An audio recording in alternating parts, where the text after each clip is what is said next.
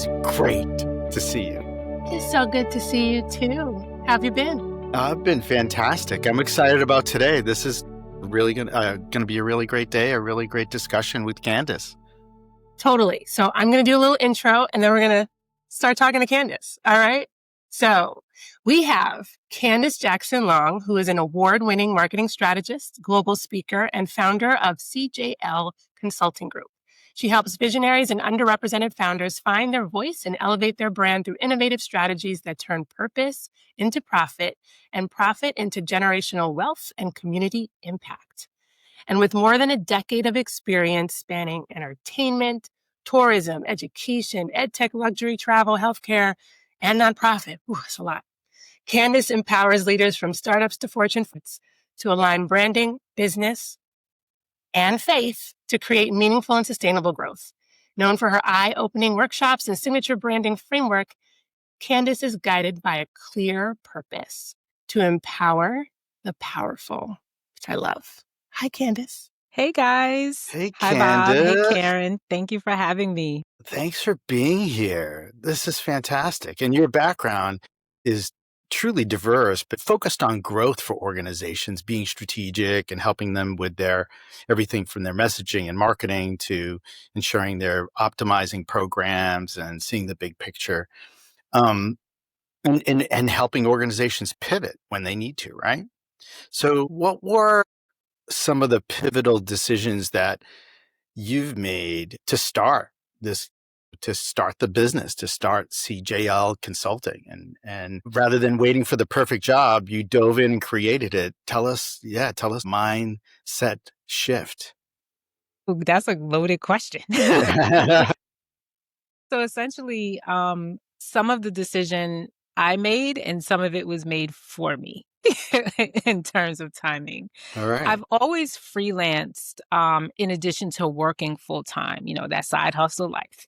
So I had my 9-to-5 and my side hustle. And Karen, thank you for mentioning my faith because I'm a faith-based person. And a couple years ago, I got a prompting I felt God was saying, you need to stop treating this like a side hustle and really establish this as a real business. But I ain't listen. I was like, nope, I'm good with my 9-to-5. I'm good with the way things are. It's okay.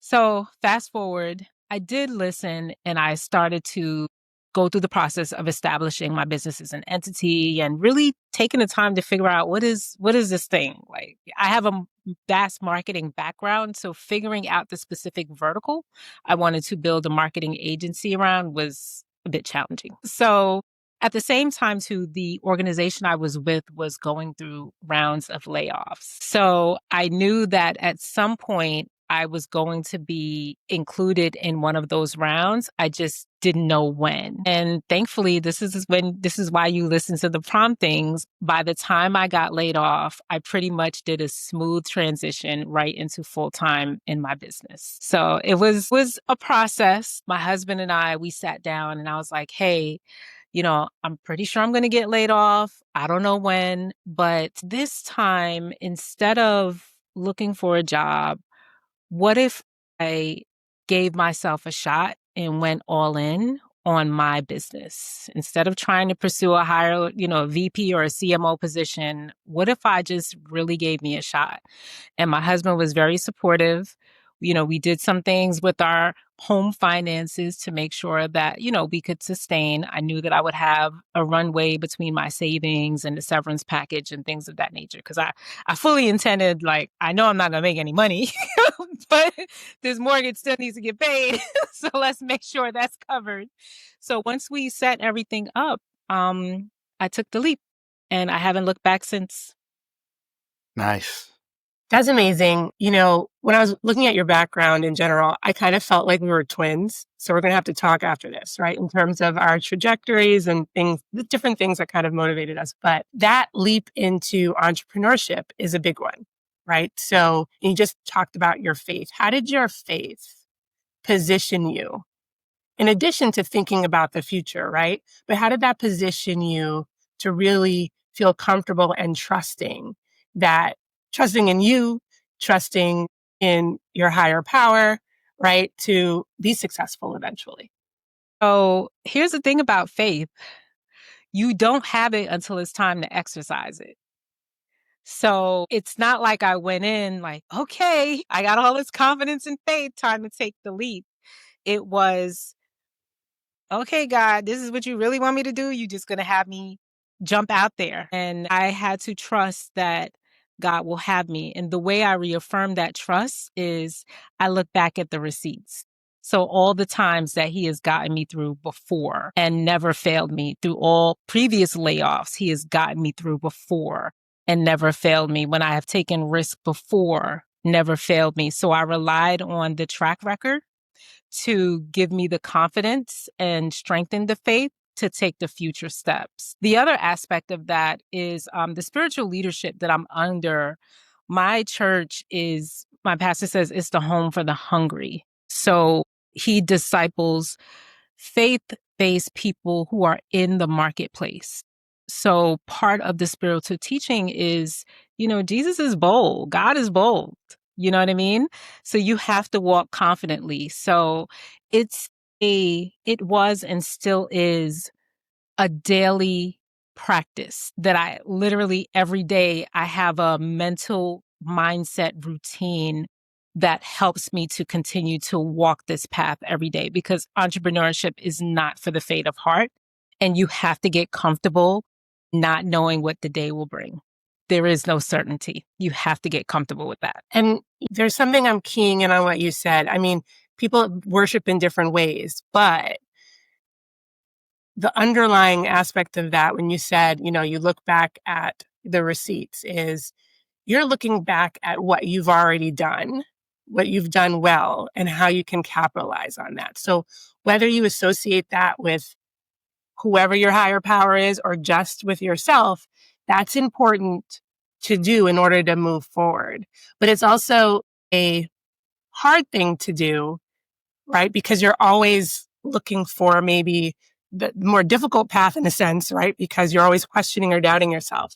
I'm wondering how that confidence and that belief in your faith and your higher power, where did that come from? Did that come from how you grew up, your family? What's the inspiration? So I grew up in the church. I was not like, not like everyone, for my path, I grew up in the church, and then, teenage years and college years hit, and I'm out here in the world. So, I always had my faith, and I always had, a relationship with God, but I didn't actively walk with God intentionally until later in life, in my season. And it was about maybe 10 years ago where I made the decision that, okay, God, I'm going to put you at the center of my life, and everything has to move in and through you. And that happened once I found a spiritual home that really aligned to my disposition. So I'm always in the posture of a student. So I'm always learning, always developing. I have my MBA, but I've paid so much for courses and masterminds, and because I just love to learn and I love to develop new skills. So being in that sort of environment, my walk with God, being in a house that nourishes that particular temperament was instrumental to my growth and development. I also like that you referenced the receipts and the way you contextualize it, because you have a lot of doubt and you don't believe the things that you have done. Mhm.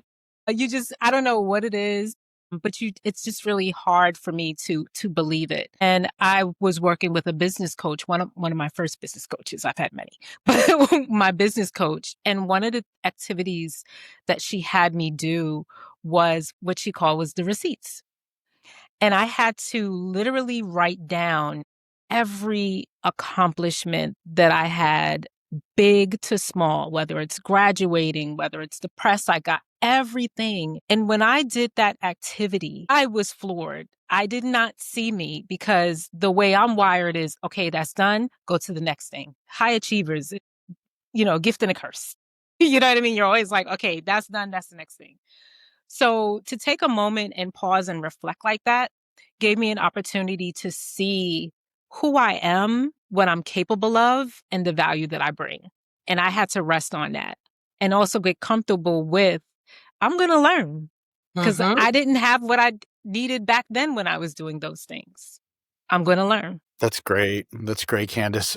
You mentioned how you're a lifelong student, and we've heard this from others who have been part of the program, but also other professionals that believe in the value of being a lifelong student. Can you tell us about some of the habits that you've put in place to continuously be learning?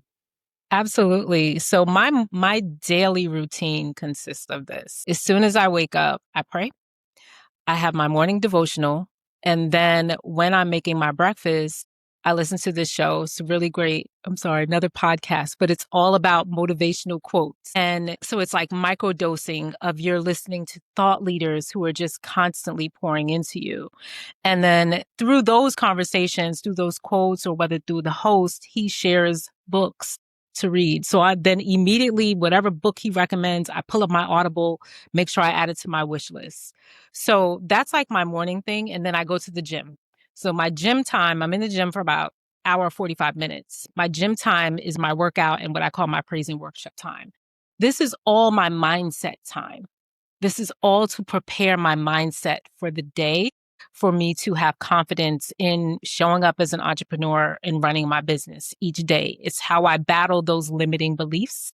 It's how I battle with that imposter syndrome, which plagues me. All That of us. imposter syndrome. And people don't realize that you have to curate your intake, what your mind intakes. You have to curate that. And I'm very protective of what happens with my mind first thing in the morning. And so then when I come back from the gym, get ready, get dressed, and then I spend about 5 to 10 minutes in what I call my walk-in closet / prayer closet.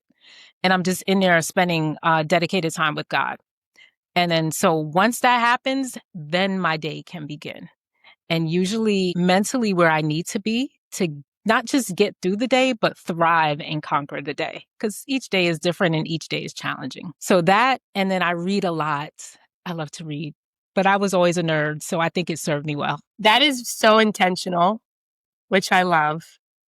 I'm wondering how you specifically translate something you've read or something you heard on that podcast and specifically translate that into you, right? Because I'll just give you an example. Like I'll listen to something and I'm very inspired by what somebody else has done. But now I need to take that lesson and apply it to my own life. But as you just talked about, my own mindset, to change my mindset. Is there a particular tactic or have you just honed this skill from your daily routine over time? So every piece of information or knowledge is not applicable to the season that you are in. So I curate what I'm digesting or taking in based on the season that I'm in. So for the podcast, and it's so funny how, I don't want to over spiritualize. So I apologize to your audience if I'm coming across that way, but I hope it's okay that I'm still referencing. I have to say my God. Okay. That's just why, whatever you call them, whatever.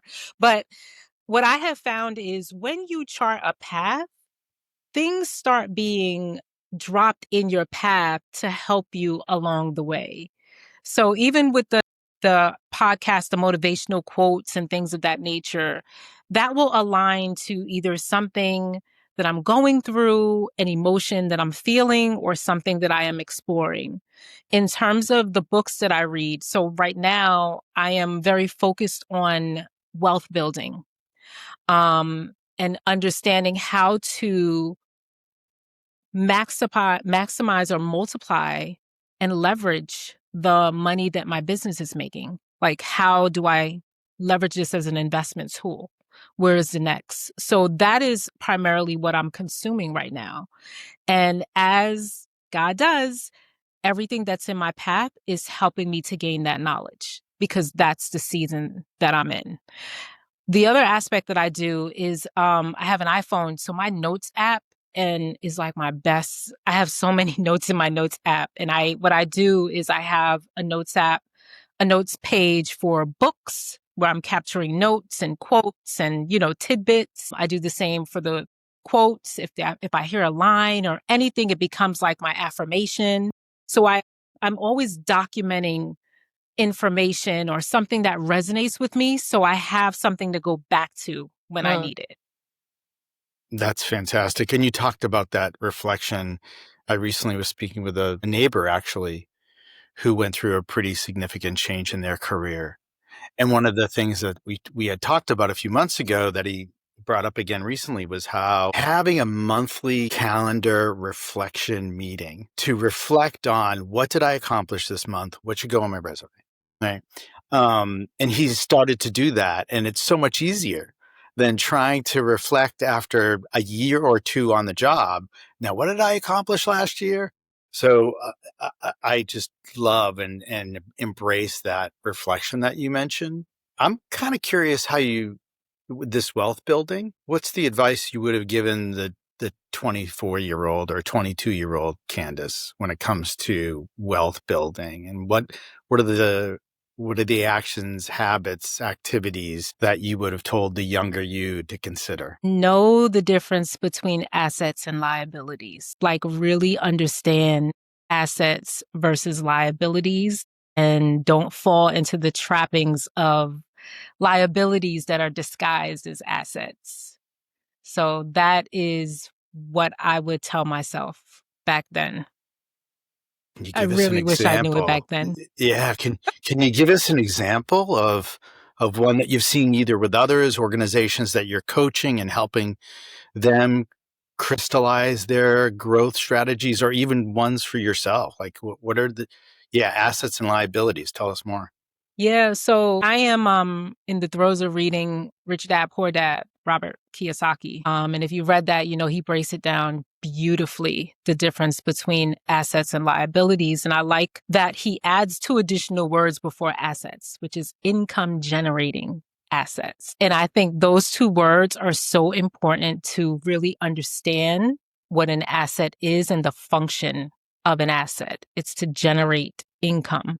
So whereas I was taught that, your house is your biggest asset, but it's not an income generating asset. You're spending a lot of money on taxes, repairs. It's money going out the door. It's not money coming in, as opposed to if you owned investment property, which is an income generating asset. And then your liabilities, of course, we all have liabilities, mortgage, car note, things of that nature. But the goal is to keep those liabilities as low as possible. And ideally, the ideal state is that your assets are paying for your liabilities. So, that's the state that you want to get to when you're thinking about wealth building. So I would say I'm a book reader. So Tony Robbins, Master the Money Game. Read that book. It's 600 pages, but it is an easy read. It's a great read, and it literally gives you the wealth building game. And like I do, I have a whole notes. I love that you focus on building generational wealth. It's so important, particularly in the Black community, right? These are not things that we are traditionally taught. It's not taught in schools, period, right? And then, many of our families may not have had some of this information, right, to even pass on. So the fact that you've built this into your business model is really impressive. But as we think about young people, right, so you just talked about the differences between assets and liabilities. So hopefully they know those terms, but they may not, and they may not have the resources to dig into that, although they should read. So, everybody read the books that Candice is talking about. But what is one of the biggest mistakes or opportunities as a young person coming out of college, getting their first job? What's the number one thing they should do? And what's the number one thing they should avoid doing? The number one thing you should do coming out of college is focus on building skills. We are so concerned, as we should, with how much money I can make. But when you skill stack, your ability to make money supersedes any job. And don't think and I think most, what is it, Gen X, Y, Z, I don't know which one we're up to now, but they understand that the job is not the end all be all. It's not your only option. It doesn't have to be. But when you skill stack and try and be prepared to try and fail, like try and fail as many times as possible. Don't be ashamed about that. Try and fail. That's the first thing. The other thing, the one thing that I would avoid coming out of college is it's not just avoid thinking that you're going to get it fast. It's not going to be fast and it's not going to be easy. But if you really dig in and go hard, like pick something, if you're passionate about it, go hard. Like just give yourself 21 days. Go hard for 21 days and then see where you're at the end of it. I think it's a good barometer to see and do a temperature check if this is where you want to be. I think too often we're sold a story that, you know, it looks easy and just do X, Y, Z, you know, follow my step 1, 2, 3 framework and you will get millions of dollars. And it's not that. It's not that. So, and I would also avoid not reading books. Read some books. Yeah. Yeah. Yeah. Right. And avoid the promises of rock hard abs and generational wealth in 6 weeks. Yeah, not happening. Right. Not happening. It's all across my LinkedIn. Do this, these 3 things and you will succeed. I love that we have found ways to simplify the distilling of complex processes and information. I love that because I think it's important because it makes it feel accessible for people, which is important. But the misstep that we make with that is people tend to digest things as they are and the nuance is missed. So then it becomes misleading. And then it also becomes, because it's a template, because it worked for you and I've had success, doesn't necessarily mean it's going to work for someone else using someone's template. So that's one of the things that kind of frustrates me with what I see on social media. I understand I'm a marketer, you have to distill it. But I do believe that there's a way to also communicate that nuance as well. That you know, one thing I always say is, listen, I don't care how skilled you are. I'm a marketer. I know what to do. Could not escape the process. No one escapes the process. So I still had to go through the process when it came to marketing my business. You don't get to skip the process. You have to take the lumps. You have to take the failures. You have to take, well, I know what I'm doing, but it didn't work. So you got to figure something else out. When you think about the lumps, right? Is there a time that you almost gave up, but then you were like, no, I got to keep moving forward? Yes, my husband will tell you there were plenty of times when I was like, babe, I'm throwing a whole business away. There were plenty of times because it wasn't working. You know, it things that I were trying wasn't working, or I was hitting roadblocks, like either people could not afford my services or I was underpricing. Like it was just all the things, all the things. And it's very disheartening. I felt like a failure more times than not. And that is hard to live with. It's hard. It's hard, and failure will paralyze you. It really will. And if I did not have my husband and a huge support system, yeah, probably wouldn't have been invited on your show. So I fully embrace and love that you're a believer.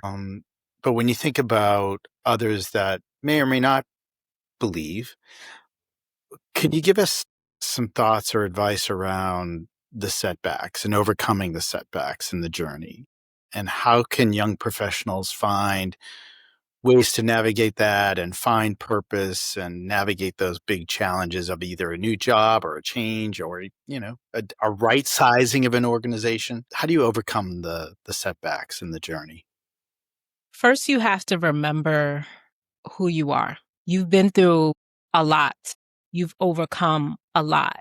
And the fact that you either made it in that room or got, that promotion or was in that role, and by virtue of circumstances, you were let go, whatever the circumstances is, it doesn't diminish your value.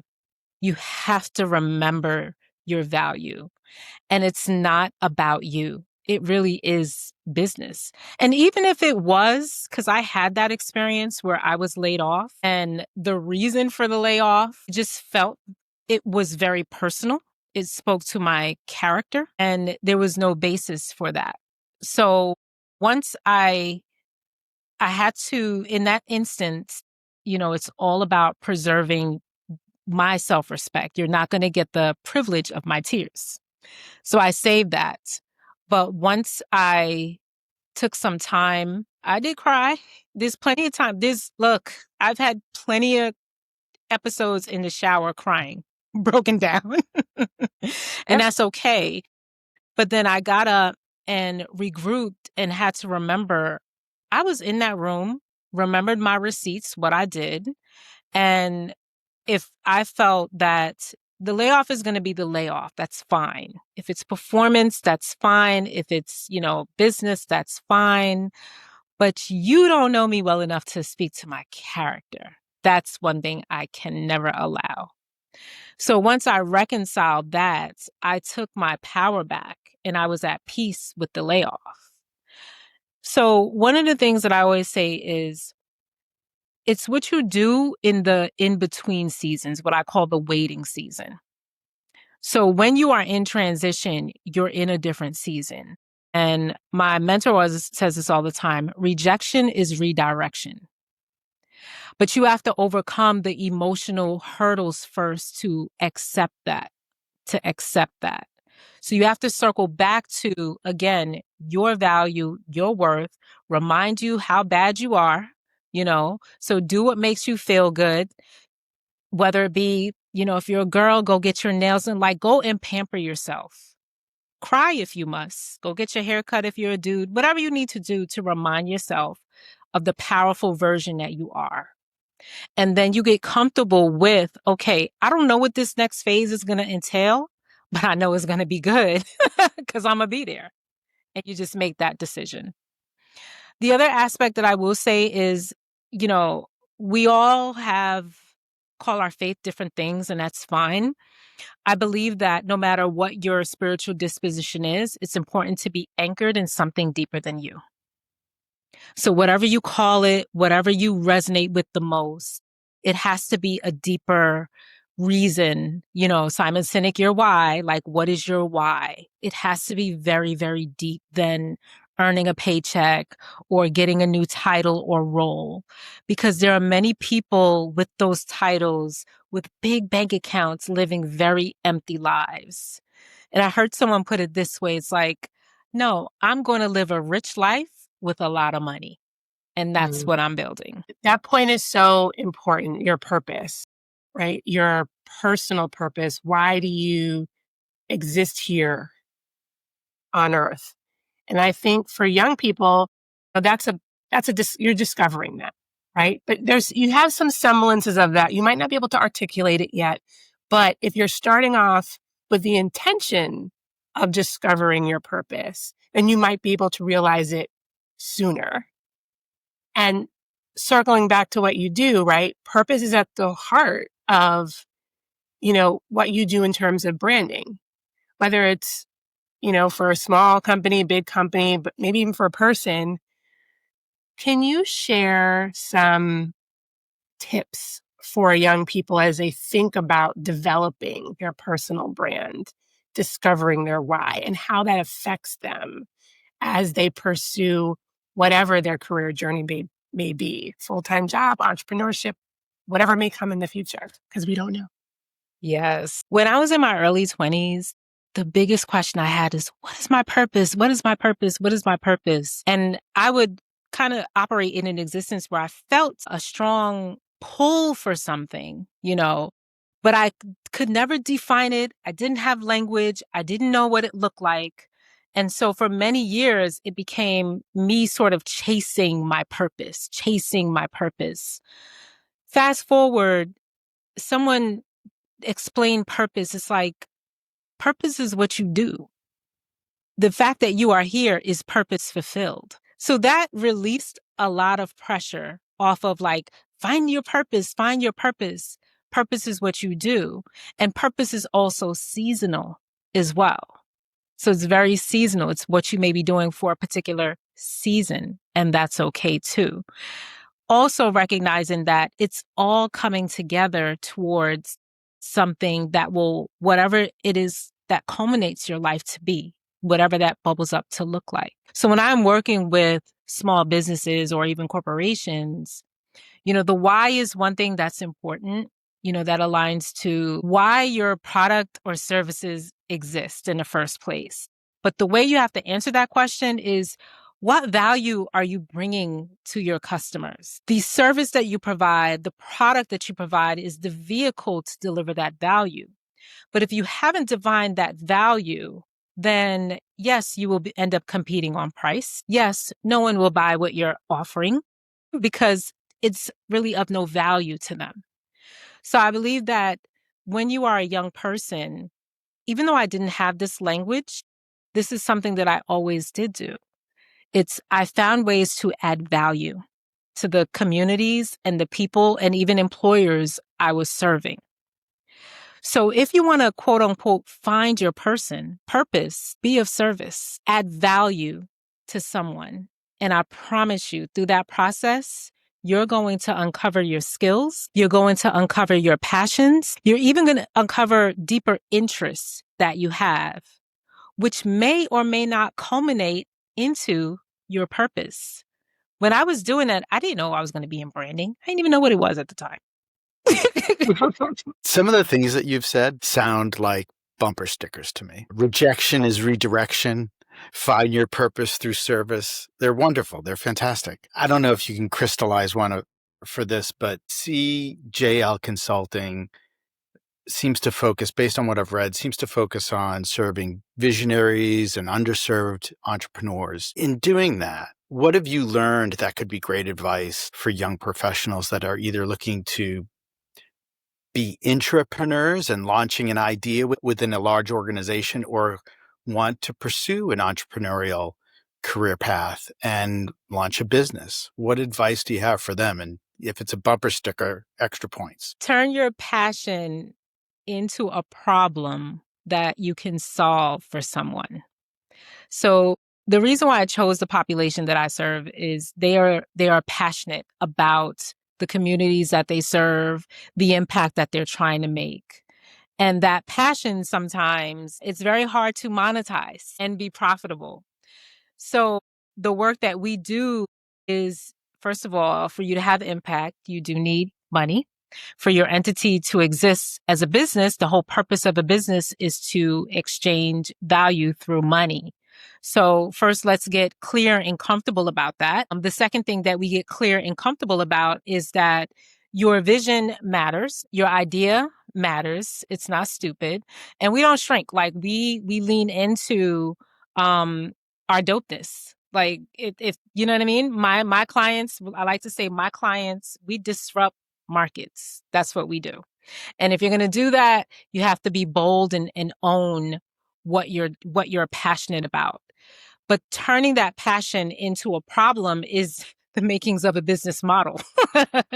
So what is the problem that you are solving for someone? How are you meeting a need? And then we think through, again, how to monetize that. Brand strategy and brand building, many people get caught up on, I need my logo and my website, but it's so far beyond that. It's really about strategic marketing. And strategic marketing is finding problems for people that you can solve with your solutions. That's the goal. And the more you can find problems for people and solve it, you will be wealthy. Yeah, the bigger the problem, the Better. bigger the invoice usually, right? Absolutely. And I like that you said you have to get comfortable with that, because I think in certain communities, right, that is not something that's top of mind. It's a very giving community, and we don't believe that the problems that we are solving are worth money, because we don't talk about money in the same way as other communities. And so I think that's a huge lift in understanding true value of your idea, like you said, value of yourself, and how to monetize that into something that's going to build generational wealth for your family. Yeah, So that's absolutely. It is. And I think it's tied to origins and, history and things of that nature. But the reality is you need money to solve problems. And from what I have seen, we do have the solution in our communities. And rather than approaching it, yes, we want to help, but you can't help if you can't help you can't help someone else if you can't help yourself. You can't have impact if you're struggling. So the goal is to, like we say, you want to pour from a full cup, not an empty cup. So the way you have to do that is embrace, again, it's a business and it's okay. It's what makes the world go around. You know what I mean? And it's how we solve problems. It's the reality of the world that we live in. So, Bob, do you want me to do my wrap up? I think it's that time. I think it's that time. Sadly, it's that time. It flies by. Right? It's fantastic. All right, so Candice, while you were talking, I was writing down, so I was pulling out some quotes. Bob already mentioned a couple of them. If you see my paper, it goes all the way around.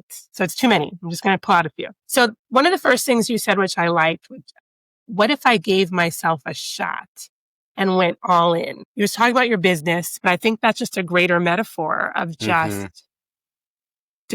going for it. So I love that. Reaffirm your trust in God and look back at your receipts. So we talked about the receipts and looking back. We talked about books. Stephen Bartlett, Diary of a CEO, he has this concept of the 5 buckets, which I did. And like you, I was like, oh, I'm kind of dope.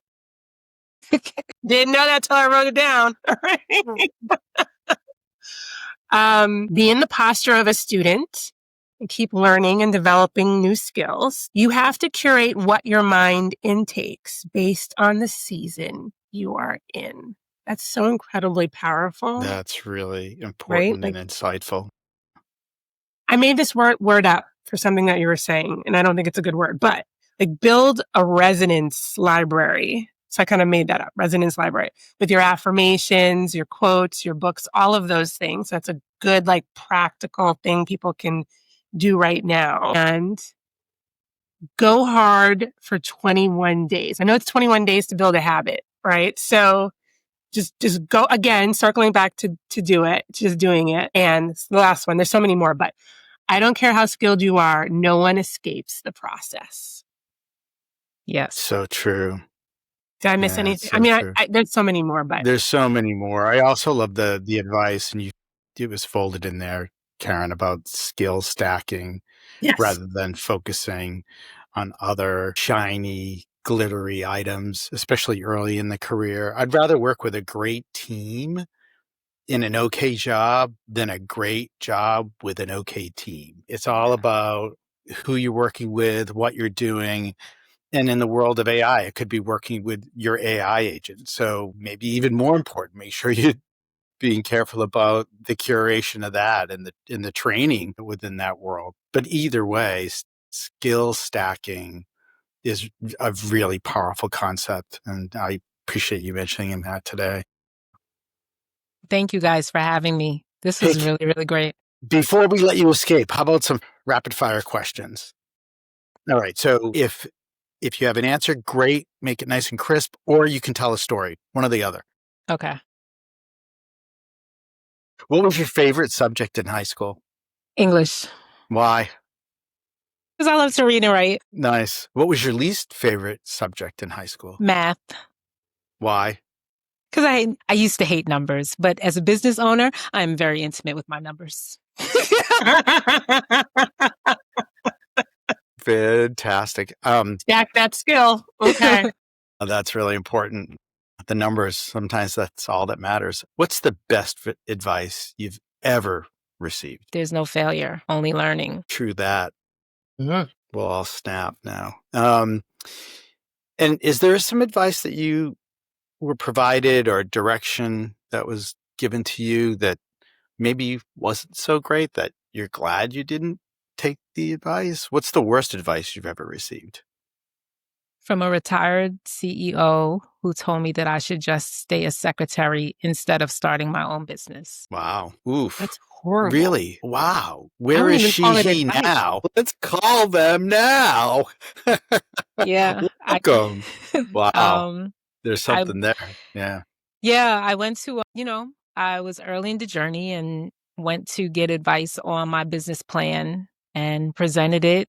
Was all ready and excited to be mentored, and I knew I was going to get feedback, but pretty much it was torn to shreds. I was told that I don't have what it takes. I don't have the credentials to get it started, and that I should just stay a secretary.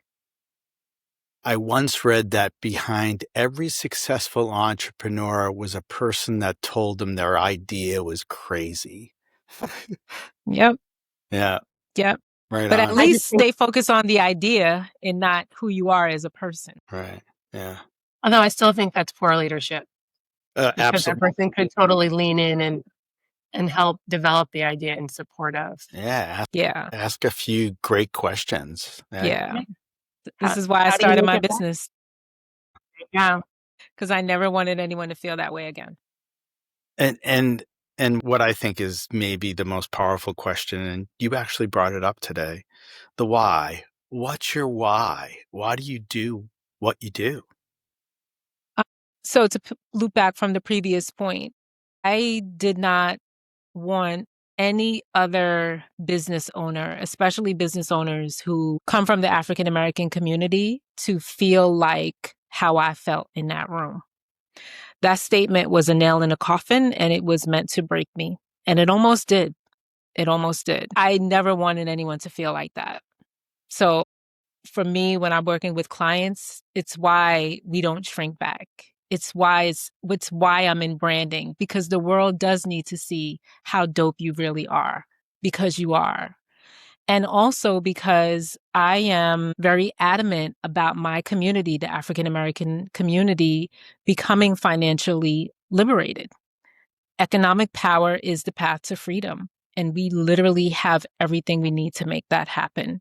I believe that small businesses are the lifeblood of communities. And, it's the biggest lion's share of the US's GDP. So the more we empower more small businesses to become profitable, the more our communities are enhanced. Look at how many jobs can be created. Look how many problems can be solved with communities. If there were more small businesses that were profitable, look how much our schools can be improved, because you wouldn't have to rely on government funding. There's a lot of problems that can be solved with the growth of profitable small businesses. And I want to see my community rise. That's my why. And that is beautiful. Thank you so much for being part of Momentum Now and supporting MVP. Thank you for everything you're doing for the community and your clients, and congratulations on the tens of millions of dollars you've driven for your clients as part of CJL Consulting Group. Thank you for being here today. Thank you for the space to share. I appreciate you guys. Thank you so much. Thank you, Candice, and thank you for taking up that space. I appreciate that. Thank you.